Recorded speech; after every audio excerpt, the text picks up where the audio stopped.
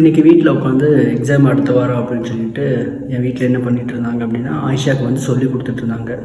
நமக்கு அந்த பக்கமே போகிறதில்ல, நம்ம ஸ்கூலே வேண்டியதில்லை அப்படிங்கிற ஒரு டைப்பான ஒரு ஆள். அதனால் அந்த பக்கம் நான் அதிகமாக போகிறதில்ல.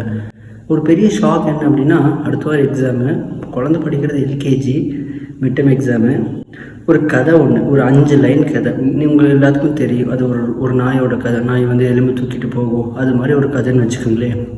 அதில் வர வார்த்தைகள் எல்லாமே பார்த்தோம்னா பெரிய பெரிய வார்த்தைகள். ஒரு 6 லெட்டர் வார்த்தைகள், 5 லெட்டர் வார்த்தைகள் தான் அதிகமாக இருக்குது.